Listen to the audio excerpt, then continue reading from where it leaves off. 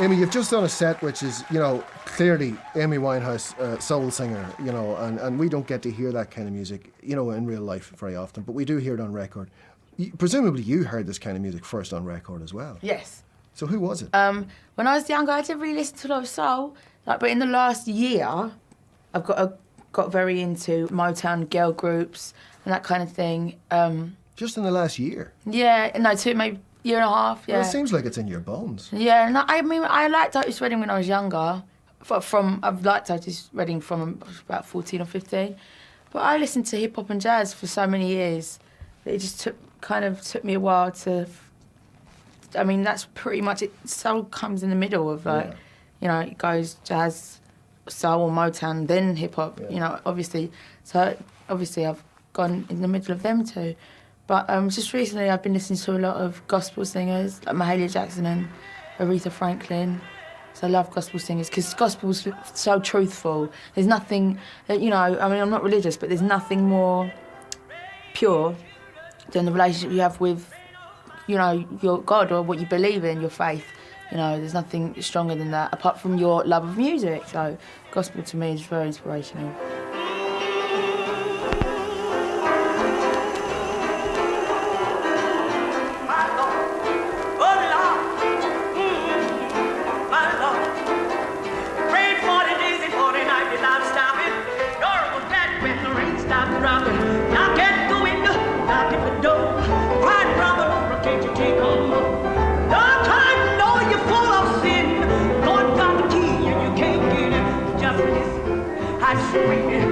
Just listen, I surrender all day, all night, all night, all day. Just listen, I surrender. Just listen, I surrender. Some cry, some pray, some running, some shine. Just listen, I surrender in me.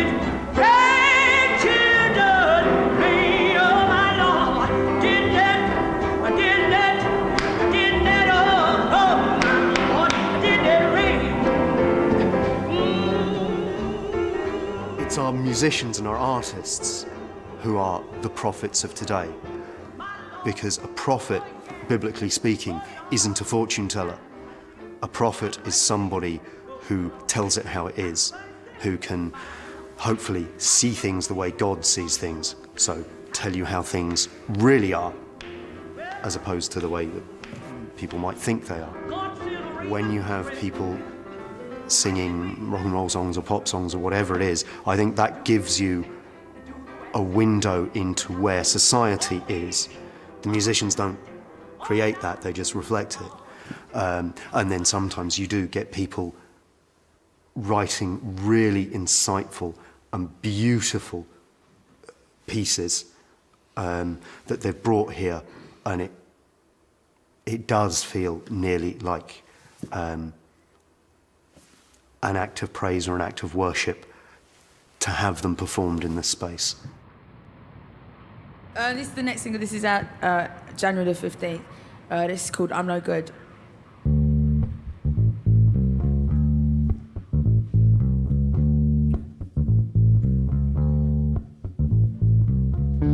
Meet you downstairs in the bar and I heard your rolled up sleeves and your skull t-shirt. You say, why did you do with him today? It'll sniff me out like I was Tanqueray. 'Cause you're my fella, my guy. Hail me your Stella and fly.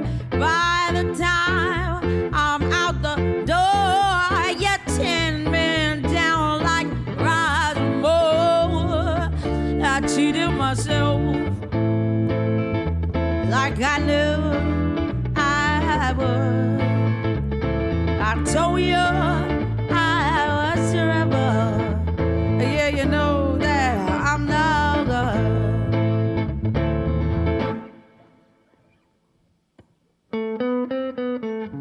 Upstairs in bed with my ex-boy. He's in a place, but I can't get joy. Thinking on you in the final throes. This is where my running out to meet you. Chairs in picture, you say, will we marry? 'Cause you're not bitter. There'll be none of him no more. I cry for you on the kitchen floor. I cheated myself like I knew I was. I told you I was trouble.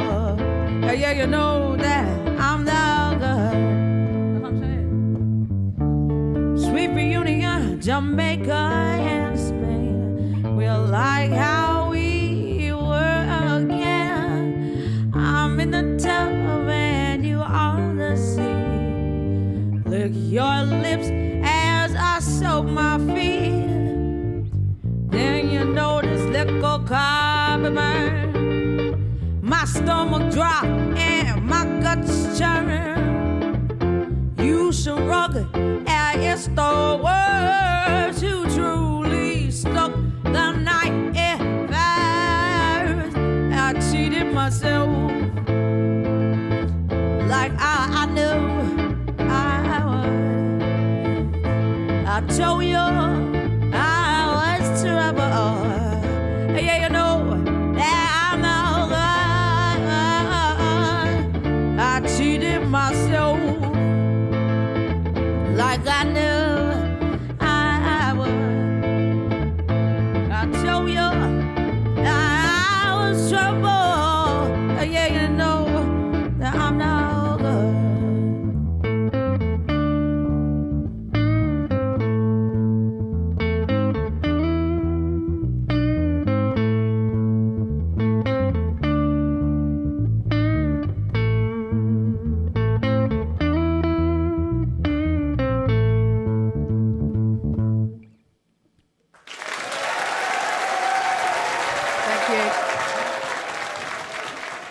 When you're a singer and you haven't heard someone like Mahalia Jackson until later in life, that must make you reassess yourself as a singer. You just kind of... There's a lot of singers who, if you are singing and you don't know certain people's works intimately, you give up. Like Sarah Vaughan, Minnie Riperton is another singer like that.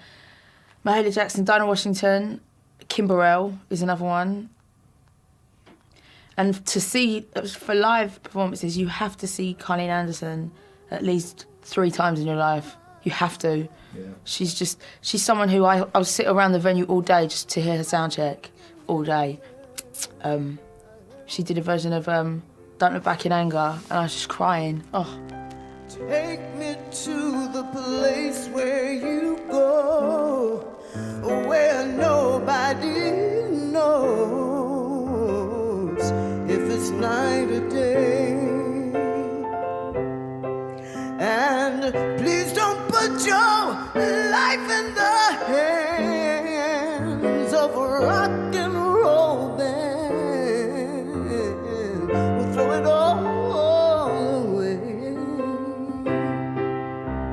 So I'll start a revolution from my bed. 'Cause you said the brains I had weren't in my head. Step outside, the summer time's in bloom. Stand up beside the fireplace and take the look from off your face. 'Cause you ain't ever gonna burn my heart out.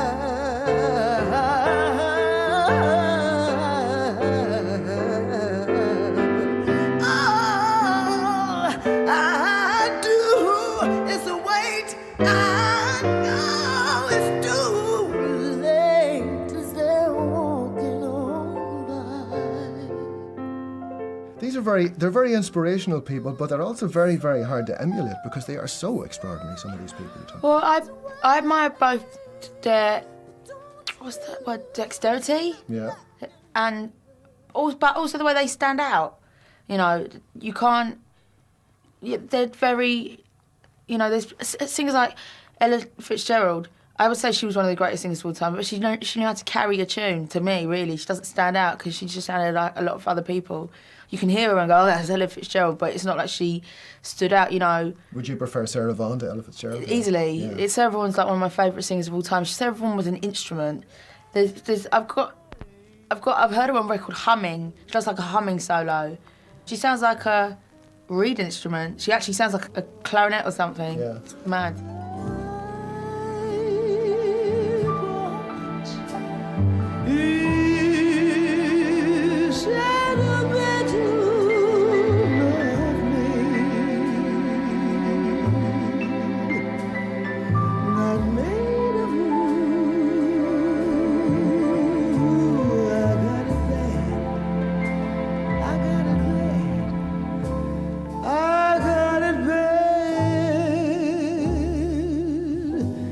And that ain't good.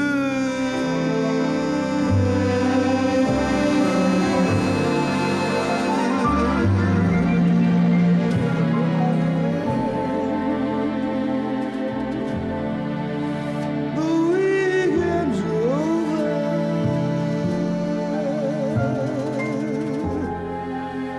and Monday rolls around.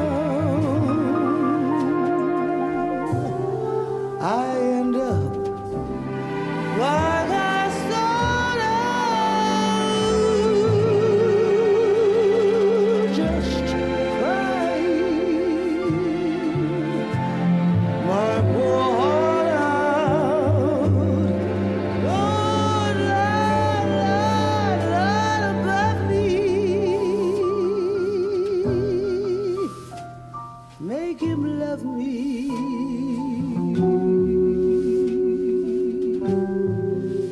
The way he should.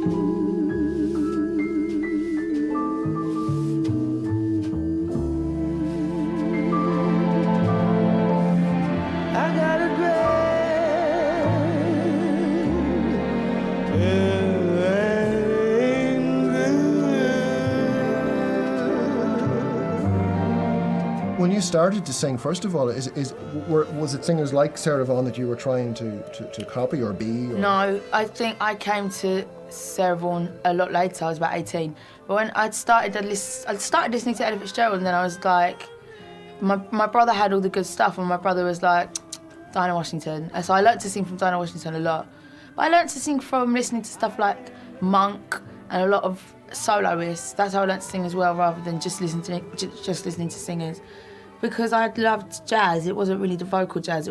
I just loved jazz. So I learnt from everything, really. And when you started to perform as a jazz singer, what was the setup? Were you part of a band? Were you invited to sit in with people? I think I did one gig as a jazz singer for the National Youth Jazz Orchestra, which everyone's come through, comes through or goes through at some point.